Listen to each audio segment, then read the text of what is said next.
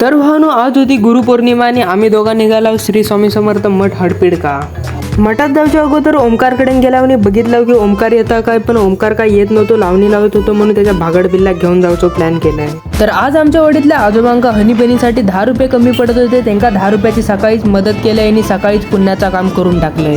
गुरुपौर्णिमेत दिवशी सकाळीच पुण्याचा काम केल्याच्या नंतर आम्ही दोघा निघालो डायरेक्ट श्री स्वामी समर्थ मठ हडपीडकडे. 11च्या दरम्यान आम्ही मठात इलेलो. आमका वाटत होता की गर्दी असतात, पण बघता होतं काय कायच गर्दी नव्हती. तर ह्या तुम्ही बघू शकता हडपीडातला श्री स्वामी समर्थ मठ. आरतीचं जसं टाइम झालो तसं आम्ही सगळे पोर निघालो आरतीसाठी मठात.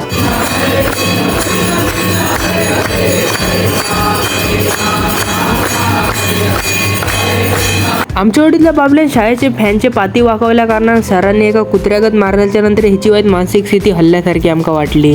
बाबल्यान मार असो खाल्ला की त्याच्या कारण त्याची मानसिक स्थिती अशी हल्लेली की त्याका उभ्या जागेवर पण चक्कर इल्यासारखी वाटत होती. आमच्या वडीतले सगळे पोर घोळक्यात मोबाईलात काय बघत होते काय माहित म्हणून बघू गेले तर बघते काय एआयने सगळ्यांका दाढी मिशी काढली. त्याच्यानंतर जी पण मंडळी जेव केलेली त्या मंडळींका आम्ही जेव काढून घेतला. आमच्या वडीतलो अण्णा हळूच जिलेबी उकलूक बघित होतो, पण पब्लिक लय असल्या कारणाने त्याला जिलेबी उकलूक गावत नव्हती. तर भावानो, तुमच्या भावाचं जर ह्यो ब्लॉग जर तुमका आवडलो असलो तर तुमच्या भावाला तर फॉलो करून घ्यावा.